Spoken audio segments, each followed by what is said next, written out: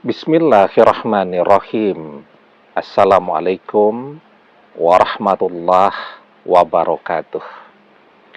Bapak-bapak, ibu-ibu, mas-mas, mbak-mbak, khususnya adik-adikku sekalian yang dirahmati Allah dimanapun Anda berada. Kembali di Iip Channel bersama saya, Iip Wijayanto. Kali ini kita akan membahas tema mantan berhalusinasi. Jika bersama orang ketiga, dia akan lebih bahagia. Ya. Jadi ketika mantan ini misal lahir di tengah-tengah keluarga yang matre, orang tuanya terus setiap hari menekankan kepada dia agar dia punya pendamping hidup, suami atau istri yang anak orang kaya. Karena dengan memiliki pasangan yang anak orang kaya itu, hidupnya akan enak, hidupnya akan mudah, semua bisa dia dapatkan. Termasuk juga dia akan mengangkat derajat orang tuanya. Banyak orang tua yang menganggap anak itu sebagai aset ya.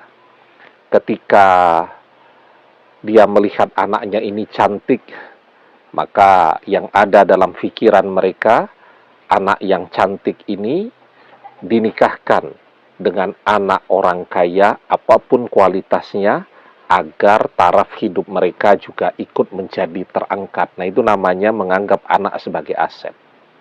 Anak itu sesungguhnya adalah titipan dari Allah, dan biarkan mereka untuk memilih jalan hidup mereka sendiri, yang penting mereka bahagia.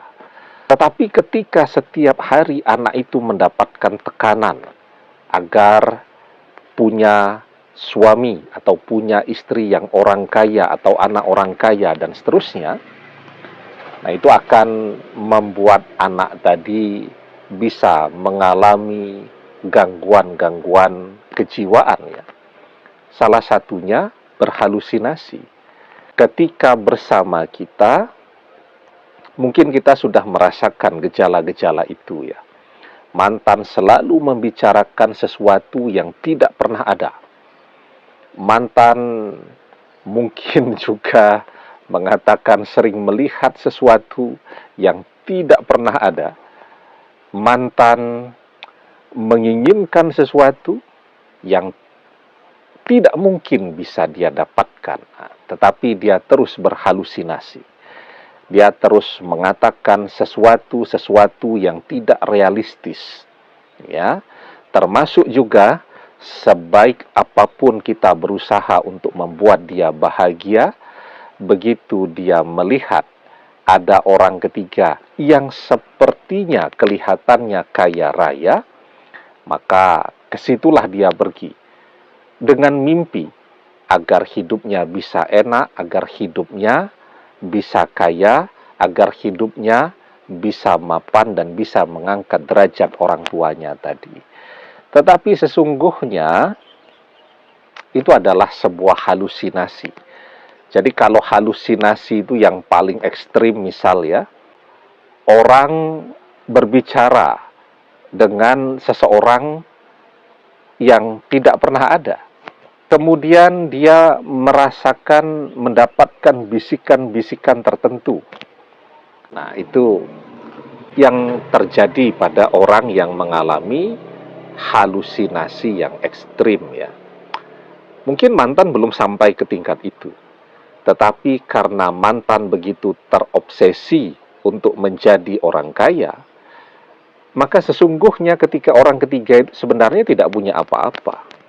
Ya, apa yang terlihat pada diri orang ketiga itu semuanya misal dari hasil berhutang atau cuman gayanya saja yang kelihatan kaya, tetapi realitanya justru sebaliknya.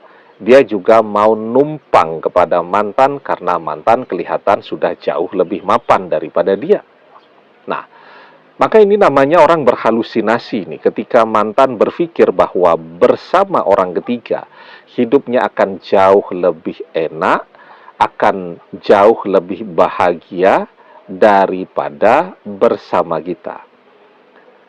Bisa dikatakan mantan terjebak ke dalam mimpi, ke dalam dunia mimpi, ya.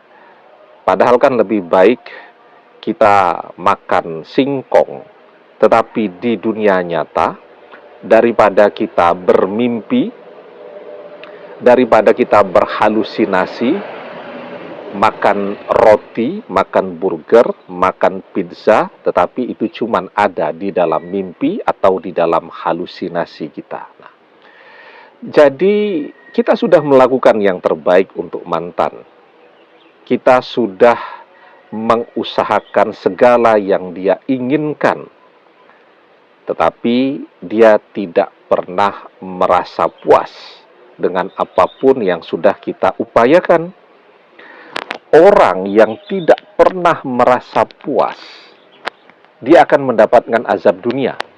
Azab dunia itu bisa jadi penderitaan, azab dunia itu bisa jadi dengan dia akan kehilangan semua yang sudah dia usahakan, dia akan bangkrut, dia akan tidak punya apa-apa, dia akan sakit-sakitan. Nah, termasuk juga akan muncul penyakit-penyakit kejiwaan pada diri yang seseorang.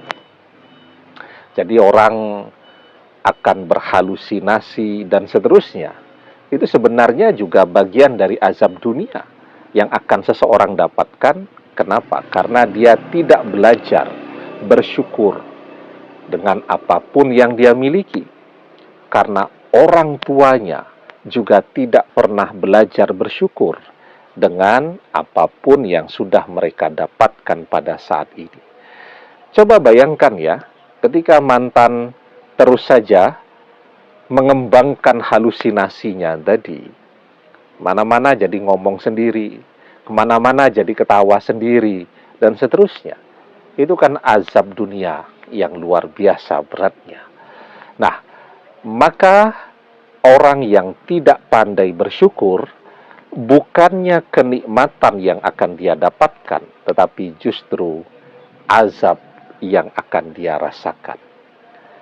Di dalam surat Ibrahim ayat yang ke-7, Allah Subhanahu wa ta'ala mengajarkan kepada kita, la'in syakartum la'azidannakum wa la'in kafartum inna azabi lasyadid.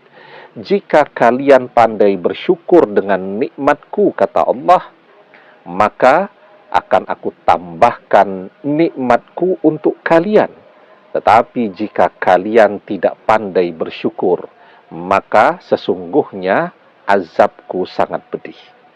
Kalau kita pandai bersyukur ya, maka Allah akan tambahkan rezeki untuk kita. Tubuh kita sehat, jiwa kita juga sehat. Tetapi ketika kita tidak pandai bersyukur, maka rezeki itu akan berkurang. Termasuk bermunculanlah penyakit-penyakit jiwa. Ya.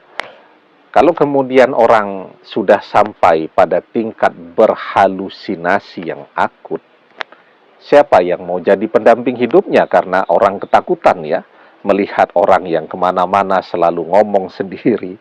Maka ketika mantan begitu terobsesi untuk jadi orang kaya dengan memilih mengkhianati kita, memilih bersama orang ketiga yang sebenarnya juga tidak punya apa-apa, maka sesungguhnya itu menunjukkan bahwa mantan sedang berhalusinasi bisa bahagia. Demikian, semoga bermanfaat. Allahu a'lam bissawab, billahi taufik wal hidayah. Assalamualaikum warahmatullahi wabarakatuh.